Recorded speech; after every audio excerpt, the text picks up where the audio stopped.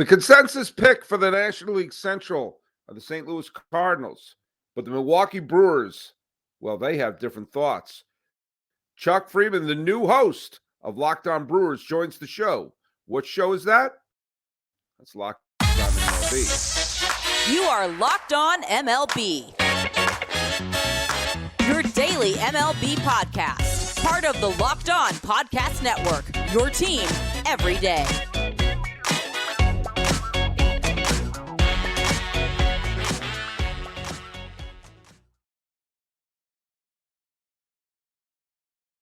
Hello, baseball fans. Welcome to Locked On MLB, part of the Locked On Podcast Network, where it's your team every day. This is the daily podcast. We talk about all of Major League Baseball. I am your host, Paul Francis Sullivan. If you don't believe me, then let me ask you something. How could I have the lower third where I am called Sully? I am an Emmy-nominated television producer who has been a podcaster for baseball for over a decade, and this is now my fifth season here with the Locked On Podcast Network, where it is your team every day. By the way, this episode is brought to you by FanDuel Sportsbook, official sportsbook of Locked On. Make every moment more. Visit FanDuel.com/LockedOn today to get yourself started. You can follow us at Locked On MLB Pods on Twitter or on Instagram. I'm your pal Sully. I'm at Sully Baseball on Twitter, Sully Baseball Podcast on Instagram. Be sure to subscribe on YouTube as we're trying to get 1 billion followers. And be sure to tell your smart device to play podcast Locked On MLB, or check out some of the other shows in the Locked On Podcast Network, where it's your team every day. Let's pick one totally at random. How about Locked On Brewers with our new host, Chuck Freimund? There we go. Welcome to the show. Sully, I need all the publicity I can get, and I'm starting this new thing out here. So all the attention, I'll do whatever it takes. Well, maybe almost anything. By the way, I love you're wearing the faded MB Milwaukee Brewers logo. For those of you who are just listening to the audio here, always one of my favorite logos in the history of sport. I am so glad they brought that back, replacing the sort of the M's and the MBs that they've had. Mm-hmm. Go back to what works. And I like it better than even the one that has a little bit of, what is it, the barley on it? Yeah, I don't like that. They started that several 20 years ago. I don't like the barley, but I'm with you. They brought this back. Now this is actually this is a cheap T-shirt I bought like 5 years ago. It looks like it's from the 80s, but it's not. You know. I was about to say, did Moose Haas sign that one? Did Cecil Cooper sign that one? All right, do you want me to go get my Moose Haas autograph picture that's sitting right over here? Gosh, I think you and I are the only ones who remember Brian Moose Haas. Oh yeah. Well, see, I mean, I have a couple of ties to that team because my family lived in Europe for a couple of years when I was a kid because of my dad's job, and we knew a lot of Americans who were living in Switzerland where we were living, and my best buddy, PJ, was a rabid Brewers fan. And we were all in early on VCRs because we had to. People were sending us stuff to watch on our TV because we didn't get our TVs couldn't watch the European stuff. This story is a point. When we moved back to America, my buddy PJ was still living overseas, and it was 1982. And so I was tape recording every Brewer playoff game and mailing it back to my friend PJ. Now, I didn't charge him because, as you may know, the pictures of the accounts are the property of Major League Baseball, and I have a feeling I was disseminating the accounts or descriptions, and I did not have direct written consent from Major League Baseball, but I think the statute of limitations has gone down on that. Yeah, I think you're good. 41 years later, 42 years later, I think you're going to be okay. I went from thinking they were going to be swept out of the ALCS to thinking they were going to win the World Series in 6. They wound up losing it in 7. The series against the Angels was really a dynamic series. And when you looked at the all-star team the Angels had that year, you thought, how the hell did this team not win the pennant? And then you remember they were managed by Gene Mauch. And the thing about Gene Mauch is he could make any great team good. But yeah, that Brewers team had 5 Hall of Famers on it too. I know. Ted Simmons. For the same reason, you thought the Angels should have beat the Brewers. I thought the Brewers should have beat the Cardinals because you have Fingers and Simmons and all these guys. But Fingers was hurt. In the end, the blown lead they had, it was either game, I think it was game 3 or 4, where they had to, I think they had to use Pete Ladd out of the bullpen, or maybe it was Bob McClure. That I'm some of this is doing from memory, but they didn't have Raleigh Fingers to close out the games, and the Cardinals had Bruce Sutter to close out the games. In the end, that was the little razor thin difference. But yeah, they had Ted Simmons, Don Sutton, Robin Yount, Paul Molitor, Raleigh Fingers. Those are 5 Hall of Famers there. Was there one of the best hitters on that team is not even a Hall of Famer, Cecil Cooper. Cecil Cooper. The guy was one of the best left-handed hitters, one of the best hitters in the game at the time. And follows me on Twitter. He does. Yes, he does. He responds on Twitter. Okay. By the way, he was the man on deck when Bernie Carbo hit his game-tying home run in the 1975 World Series, because he was originally a product of the Red Sox farm system. But but it's a strange thing, because Milwaukee is still waiting for another pennant. Well, here's the deal on that one, Sully. I was in high school. I was 15 years old, and I was covering the Milwaukee Brewers. I worked for a radio station, which is a different story. But I was working for a radio station. It's my second year covering the team. You remember, my first year was the 81. It was the split season. Yeah. And then 1982, they went to the World Series. I was 15. And yeah, everything you talked about there, they went to Game 7, lost to the Cardinals. And I wasn't even all that sad about it, because I was thinking, oh well, they'll be back. They got all these stars coming back. They'll be back. Little did I know, Sully, that it would be 26 years later before they would even get back to the playoffs. And we still have not been back to the World Series. Yeah, I know. And this was a team, of course, that had a lead in Game 7 of the NLCS in 2018. Yeah. Whether or not they would have beaten my cheating Red Sox is a different story. Please take note of that, Astros fans, how I phrased that, for those of you say I never mentioned the Red Sox. But that was it's been wonderful. I mean, full disclosure, I'm not a Brewers fan, but I would love to see them win. Because first of all, it's a franchise that's never won the World Series, but also it would do the same thing that when the Washington Nationals won the World Series a couple of years ago. It cleaned up a very complicated answer, which was, when was the last time Washington won the World Series? Well, it wasn't the Nationals, and it wasn't the second Senators. It was the original Senators back in 1920. You had to give an essay answer. Yeah. And now it's 2019. Boom. Now for Milwaukee, when was the last time Milwaukee won a World Series? Well, the Brewers have never won, but the Milwaukee Braves won in 1957. Which, by the way, means Milwaukee has had a more recent World Series champion than Cleveland, but that's a completely different story.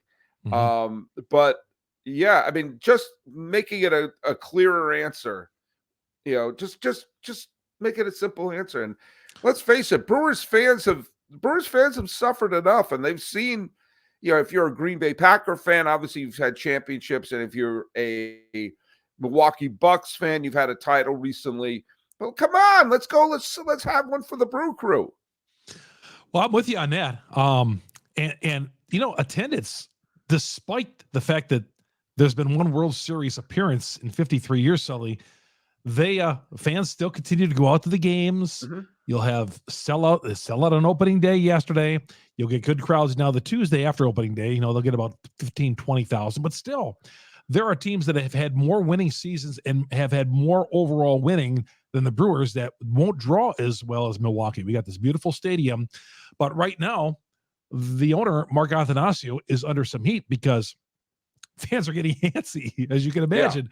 Yeah. When are we going to get this World Series appearance? It's because we've tasted, as you mentioned, in 2018 against the Dodgers, Game 7 of the NLCS. Haven't been back since, and it looked like it was after missing the playoffs last year. Fans were like, "Are we on the decline with these guys?" So, but they're off to a 3-1 start this year. But as we always say, there's a long way to go.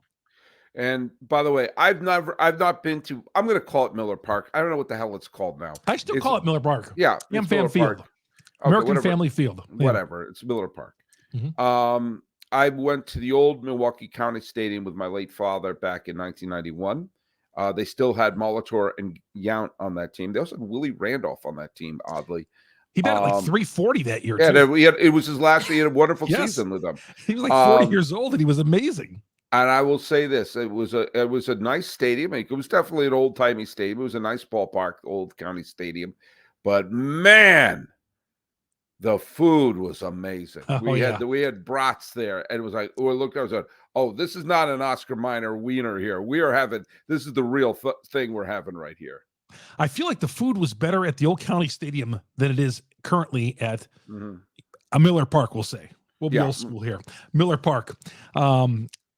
Yeah, the food, the sauce and all that. It was warm sauce on the brats. Did you have the brats with the special sauce, Sully? I don't remember what the hell. All I know is I could hear angels. And I don't mean yeah, I don't mean the Joe angels Rudy. I don't mean the angels they beat in 1981. I didn't hear Bobby Grich and Doug DeSense and Reggie Jackson. No, I saw it was that good. It was you don't hear angels anymore. The food isn't as good. Yeah. That's just my opinion. If you're a Brewer fan, I did a podcast about a month or so ago about an alternate history for the Braves of if they had stayed in Milwaukee, which you could make a very good case they should have. And when they left, the White Sox nearly moved to Milwaukee at one point. And at one point before the Braves moved there, the Browns almost moved there. Finally, they stole the Seattle Pilots, possibly illegally. Your baseball history, Sally. Holy cow! Caused the formation of the Mariners to avoid a lawsuit. But I kind of wish the Braves stayed there. I'm not going to lie to you. And, you'd be able to see Henry Aaron's complete career in Milwaukee. But hey, that's neither here nor there. We're talking a lot about the past of the Brewers, but you know what? It may be time to talk about the present, because I think it's a decent bet that this could be a team that may be heading to the postseason if things go their way. And by the way, if you are going to be making any bets, go to FanDuel. FanDuel is the official sportsbook of Locked On. Hey, my mom's listening to this. She's happy because UConn won the NCAA tournament. Woohoo! Go Huskies. Now, the NBA playoffs are right around the corner. Will the Celtics win? Will it be the Milwaukee Bucks? Part of me wants it to be a team that's never won it like the Memphis Grizzlies. But hey, this isn't about want. This is about what you think will. And that's when you got to put your money down and you go to FanDuel, America's #1 sports book. New customers get a no-sweat first bet up to $1,000. That's bonus bets back if your first bet doesn't win. Just download the FanDuel Sportsbook app. It's safe, secure, super easy to use. And you can bet on anything from the money line to point scores to threes drained. FanDuel even lets you combine your bets for a chance at a bigger payout with a same-game parlay. That's French. So don't miss your chance to get the no-sweat first bet up to $1,000 in bonus bets when you go to FanDuel.com/LockedOn. That's FanDuel.com/LockedOn to earn more and to learn more and to earn more. Do both. Make every moment count with FanDuel, official sports betting partner of the NBA. Another flawless ad read from me. I think I stumbled across 5 or 6 words there, but it's fine. It's fine. Go to FanDuel. The Brewers, to add to that, the Brewers are a slight favorite against Scherzer and the Mets tonight. All right, yeah. Full disclosure, we're recording this before the Brewers play the Metropolitans. There's no evidence that the Brewers stopped scoring from yesterday. It was an absolute just manhandling of the Mets. Let's talk about this. They lost game 1 to, I believe it was Stroman and Chicago, and they've gone on to look at. Obviously, how do you know it's early in the season? Well, it's early in the season because it's early April. However, win the games you're supposed to win because, hey, Chuck Freimund of Locked On Brewers, what would have happened if the Brewers won just 2 more games last year? We would be talking about a 5th straight year in the postseason for the Milwaukee Brewers. But and the defending National League champion Philadelphia Phillies would have talked about they play golf. Yeah. Well, they got theirs at the end of in the postseason anyway. But with the Brewers, I standings watch from the very first day, and there's only two teams in the division I watch: me and the Cardinals, because since the Cubs are they're not there yet. So I watch the Brewers and I watch the Cardinals. And it's great seeing the Brewers at 3-1 up there with the Cardinals in this division. The Cardinals off the 3-1 start as well. They too lost that opening day, but the offense has really turned around since the 8th inning on Saturday in Game 2 of the series against the Cardinals. They got the Cubs, right? Against the Cubs. Yes, against the Cubs. They got a little bingo going in the 8th inning to score 3 runs, and then Sunday they scored 9 runs. Monday they scored 10 runs. And hopefully keep it going against Scherzer later on tonight. Keep it rising up there. They got a grand slam from Bryce Terang the other day.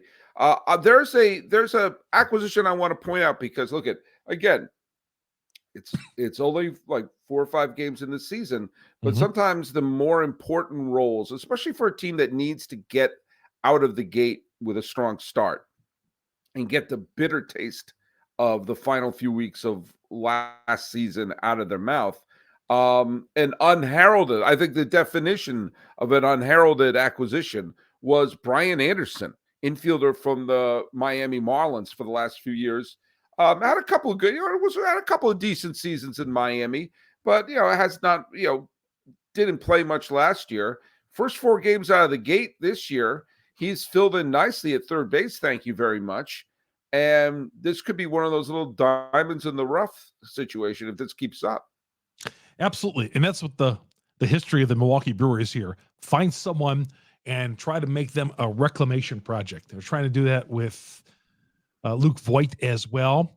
Even Jesse Winker, Sully, they're trying to do that with, who's off to a pretty good start. Yeah. But Anderson hit the Brewers' first home run of the year yesterday. They did not hit a home run in the freezing temperatures of Wrigley Field. But then Anderson hit one straightaway center field about 412 feet yesterday and put the Brewers out in front 3-0, I believe it was. And I think Brian is going to be a great addition. Now he's going to play some third base. He might play some right field though, although Weimer right now is holding down right field a lot. So I think that one of the things they're going to do with Anderson is probably just move him around and see where he fits. He's going to play some third base right now after Urias injured his hamstring on opening day by sliding into first base. Always a smart thing to do. Interesting. They've got that one. They've got some very good pitching right out of the gate. So far, their worst start was from Corbin Burns, who went to FanDuel and bet on that one. They got a very good start from Freddy Peralta the other day. Was very good. They got a good start from Woodruff, and Eric Lauer pitched well when he had his start. So I mean, he didn't go. And you were on the talk a little bit about what you think the rotation, because I still think, if they keep Burns, and that's going to be a big topic for our third segment is the fate of Burns and the future of this team. What do you think about this rotation? Lauer, Burns, Woodruff, Peralta. Who's their number 5 at this point? Is Wade Miley. Oh, Wade, the late Wade Miley. He's another reclamation project that they have. Yeah, another guy who pitched here a few years. He pitched in 2018. He goes against Scherzer in Game 2 of that series against the Mets. But the rotation is the strength of this team. All those guys you mentioned there. And Burns, if they give him some offense the other day, the 4 runs doesn't look so bad. But the fact is the Brewers didn't score at all in the opener for him. Getting offense is the biggest part of this, biggest issue with this team. But the starting rotation, you look at that first 3 there, and 4 with Lauer pitching well. You got Burns, who's going to be solid. You got Woodruff, who's going to be great. You got fastball Freddy, who went 6 innings and gave 2 hits yesterday. And Lauer went 6 strong against the Cubs on Sunday. Right. And we'll see what Wade Miley does. But, can the bullpen hold it on at the end there? Williams is great out of the bullpen and the closer's role, but can middle relief, Sully, seems to be maybe an issue. Right now it's not, but going into the season, we thought that middle relief was going to be a problem. It still might be. Yeah. By the way, that rotation was if you listen back to my shows back in 2021, when the postseason began, And both Los Angeles and San Francisco were both won 107, 106 games, and everyone assumed one of them was going to win the pennant. And I said, hey, don't sleep on Milwaukee. Don't sleep on Milwaukee. They've got the pitching. They've got the pitching to do it. And unfortunately, I slept on Atlanta. I think all the other teams slept on Atlanta too, as the Brewers had the starting pitching, but Atlanta had the bullpen depth that ultimately, sunk them. But I remember that year, I was like, hey, I think the Brewers are going to go to the World Series. It's funny how we slept on the Braves a couple of years ago. And then all those years in the 90s and the 2000s, when they had the great rotation, they could only win the one there in 1995. And they probably should have won multiple World Series, but they couldn't hit. But the Braves, and I'm not going to compare the Braves rotation to the Brewers, but the Brewers got a great rotation. It's just a matter, can they get a little bingo going to get some crooked numbers on the board, Sully, so they don't have to rely on winning a game 2-1 or 3-2, because that's what it's come down to. There's been so many times in the last few years, Sully, we're getting a Brewer game and the Brewers, you look at the scoreboard, it's 1-0. Yeah. Or 2-1. It's like, God, you're just hoping and praying that the bullpen, with Hader then and Williams, that they were just going to hold on, because you weren't getting enough offense to get by. And ultimately the bullpen would fail. There's a story that's probably apocryphal that in the 1960s, when the Los Angeles Dodgers won several World Series, they were led by Koufax and Drysdale, but they also had an anemic offense. And there was a story of when the word came in over the wire that said in another, at the announcer for another game, not a Dodger game, word came out over the wire that Sandy Koufax threw a no-hitter, of which the announcer said, yeah, but did he win? Yeah.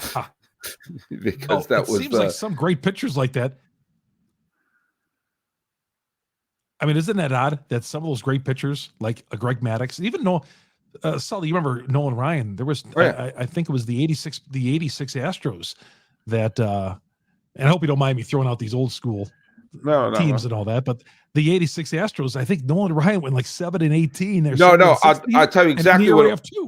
I'll tell you exactly what it was, because it was the year I was in high school. It was 1987, and it was the year that I realized that a win-loss record tells you nothing. Yep. Because he had it. It was, I think his record was 8-16. He won. It was 8-16 or 8-17, something like that. But he led the league in ERA and strikeouts. And I remember saying to a friend, he should win the Cy Young this year. And he said, well, he was only 8-16. He said, yeah, but he's losing every game 1-0.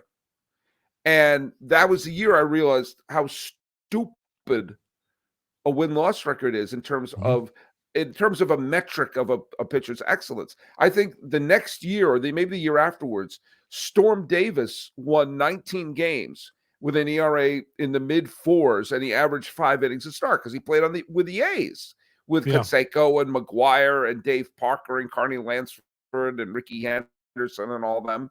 And so, they're going to score 5-6 runs a game. Supposed to do is 5 innings, hand it to Gene Nelson and Rick Honeycutt and Dennis Eckersley, and boom, you win 19 of those. And I just I mean, I don't even look at win-loss records anymore, because they tell you nothing. They tell you nothing. One of those A's teams too, didn't Bob Welch win like 27 games and have a 27 games pretty high? And he wasn't. Well, he had a decent ERA, but he won the Cy Young Award, but he wasn't the ace of his own staff. Yeah.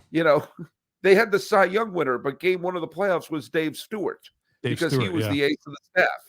There was one year Bartolo Colon won the Cy Young in 2005. I think the only statistic he led the league in was wins, and everything else. He had an okay year, but I mean, Johan Santana was heads and shoulders above him. I'm not going to cry for Johan because he won multiple Cy Youngs himself, and I think we all live in a better world that's Bartolo Colon won a Cy Young award.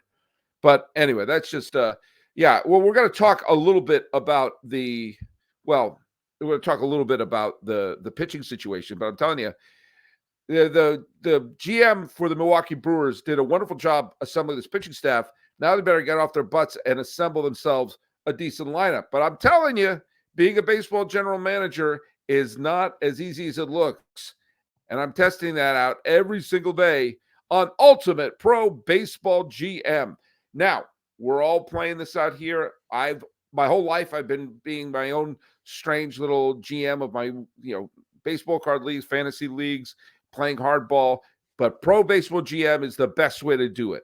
I always thought I'd make a great Major League Baseball general manager, and it turns out it's not that easy, and I stink at the job.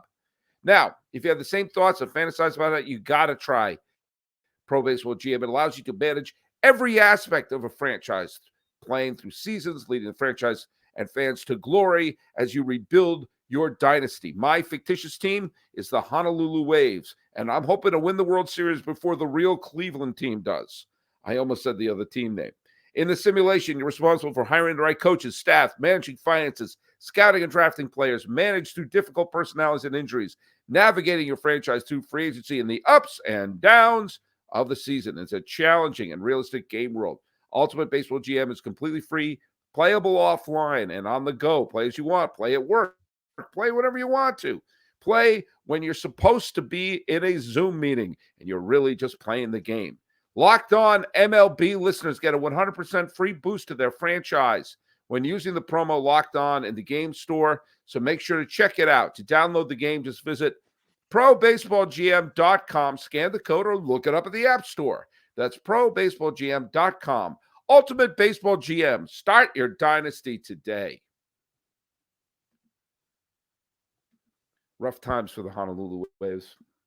We may have to do a rebuild. By the way, my fake team on both. Thanks for listening, Chuck. Speaking of possible rebuilds, the Brewers went into the season without knowing what's going to happen to Corbin Burns and whether or not whether they're going to have to trade him or whatnot. Remember, this is a team that was in first place in August of last year before the nosedive took place. And if they had made the playoffs last year, I mean, who knows what we saw it was anyone's postseason in the National League last year.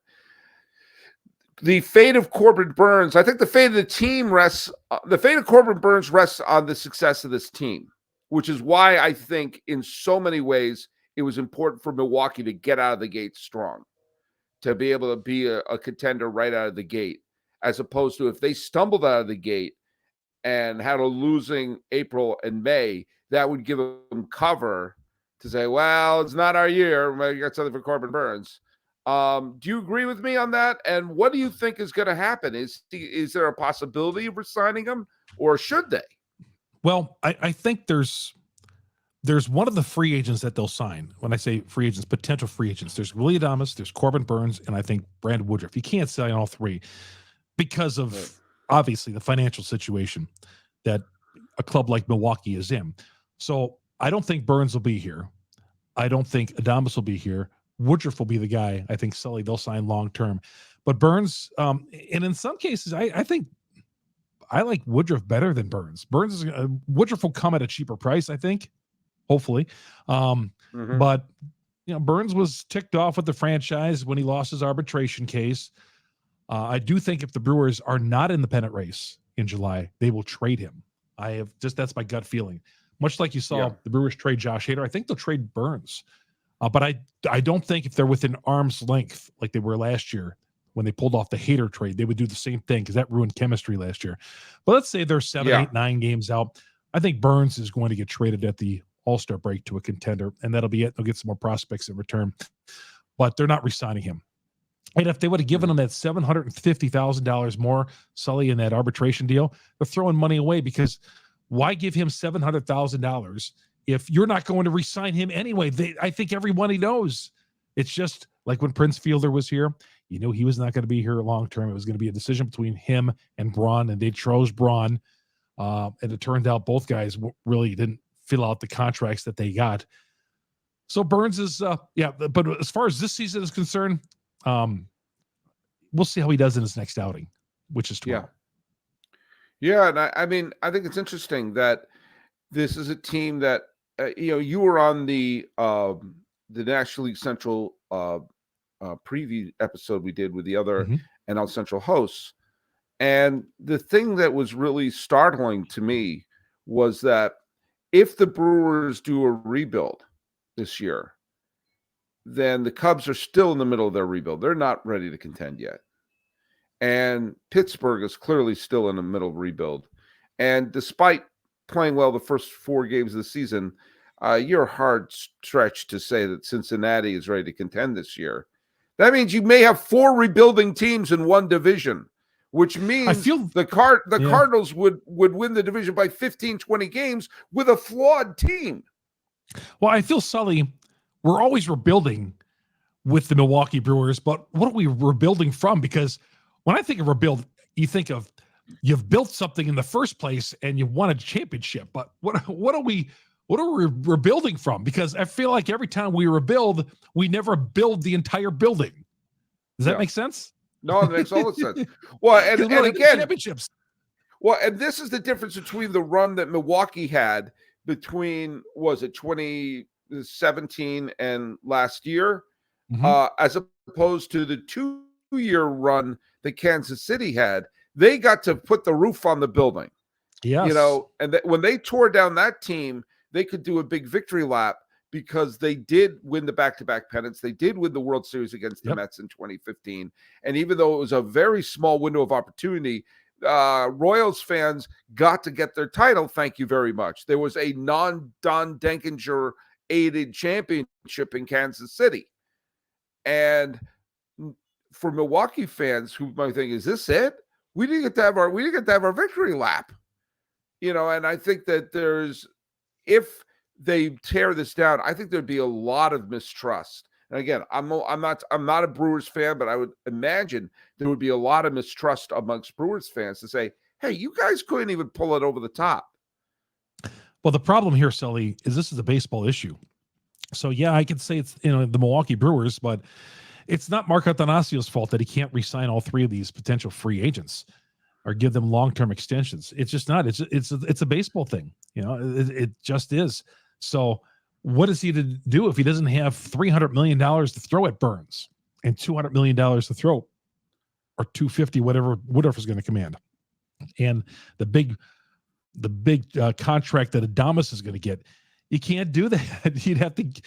You'd have to jack up prices probably 3 times to what they are right now at AmFam Field. It's just not feasible. And this is a baseball issue. Yeah, but this is why when you had that window of opportunity with 2018, 2019, through when you had a 3 or 4 year window where they could have been, they had home field advantage in the National League Championship Series. I know they did. I know. They were, and to teams that eliminated them, the eventual National League champion Dodgers, the eventual World Series champion Nationals, the eventual world champion Dodgers, the eventual world champion Atlanta Braves. There was a way for one of those years to have like an eclipse, everything sort of line up. And if you took a look and you said, what hole do we need to fill in? Because look at, I refuse to go boohoo for any owner, because I do believe that you could make smart signings and make it well, but they've had a legit window of opportunity, and it wasn't just 1 year. It was not just 1 year, and they didn't have to trade their all-star closer, even if he was having a crap year last year. They didn't have to trade him at the trade deadline and torpedo the clubhouse in a year where they were in first place. Well, I get it. We're not having this conversation if they win. But then when you talk about the major markets, the Yankees never have to have a rebuild because they're in the pennant race every year. The Los Angeles Dodgers are in the pennant race every year. The Cubs operate as a small market franchise. They should be in the pennant race every year. Right. Well, how can the Padres do that and the Red Sox can't? Did San Diego suddenly grow when I turned my back? But they don't have a World Series championship either. I know, but they're certainly keeping their players. They're not talking about they're not talking about jettisoning everyone. I feel like they're finally doing that, going out and signing free agents, and with the Machado a few years ago and all that. And they're realizing that they needed a They need to, because that's a big area down there. That's San Diego, certainly bigger than Milwaukee. Oh, come on! You got to the south, you have Mexico. To the east, you have a desert. To the north, you got Los Angeles. To the west, you've got an ocean. It's about the size of my living room. You have Milwaukee then. We're the size of a matchbox cover. Fair enough. I didn't mean to get this heated here, Chuck, but come on. This is where we can be cordial, do a tea party, or whatever we can throw down. I'm fighting for your team, damn it. I know, but I just feel that anytime we have a prospect come through the organization, the Brewer organization, the talk on Sports Talk in Milwaukee, which I'm a part of, is always, all right, this guy's on the clock. Are we going to resign him or not? I mean, we've been talking about the Corbin, Burns, and Woodruff stuff for the last couple of years. Oh, they're great.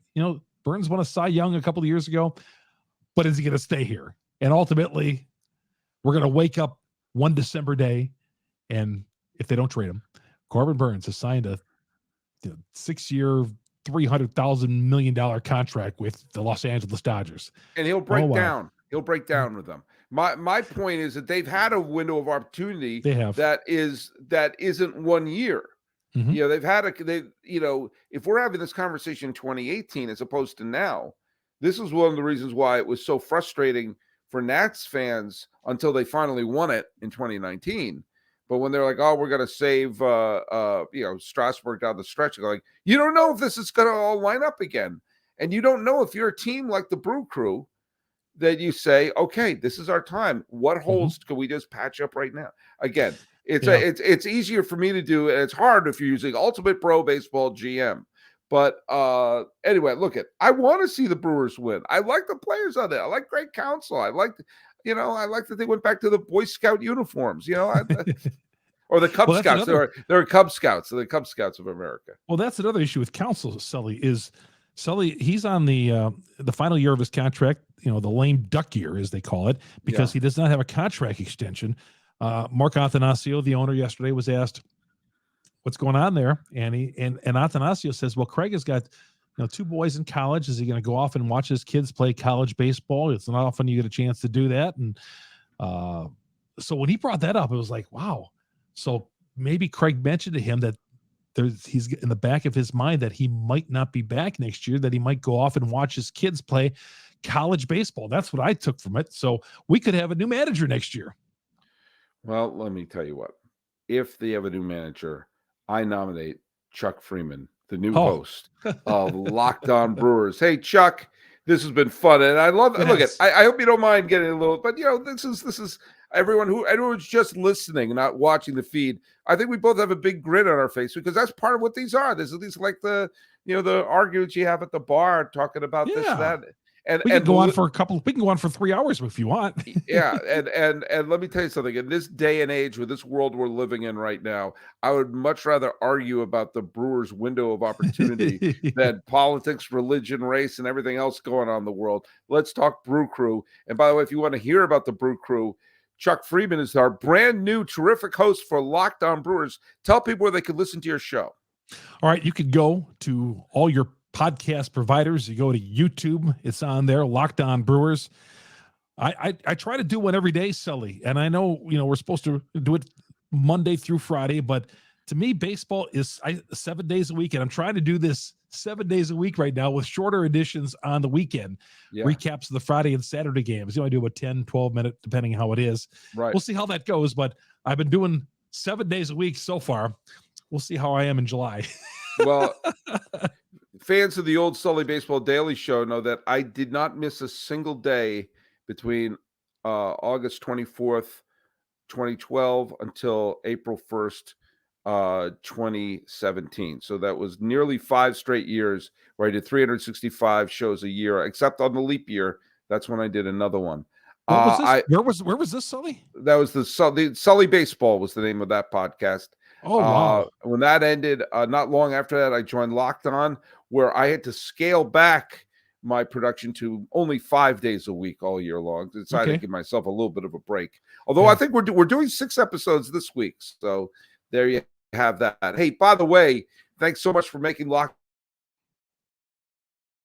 will be your first listen. For your second listen, check out for your third listen, Locked On Fantasy Baseball. Win your league by listening to Matt and Dom every day as they bring the best fantasy draft strategies. Find Locked On Fantasy Baseball wherever you get your podcasts and on YouTube, part of the Locked On Podcasts Network, where it's your team every day. You can find us at Locked On MLB Pods on Twitter and on Instagram. I'm your pal Sully. I'm at Sully Baseball on Twitter, Sully Baseball Podcast on Instagram. Talking to Chuck Freimund of Locked On Brewers and wondering, could this be the year? Because next year may not be. This has been Locked On MLB. I am your host, Paul Francis Sullivan. Please call me Sully.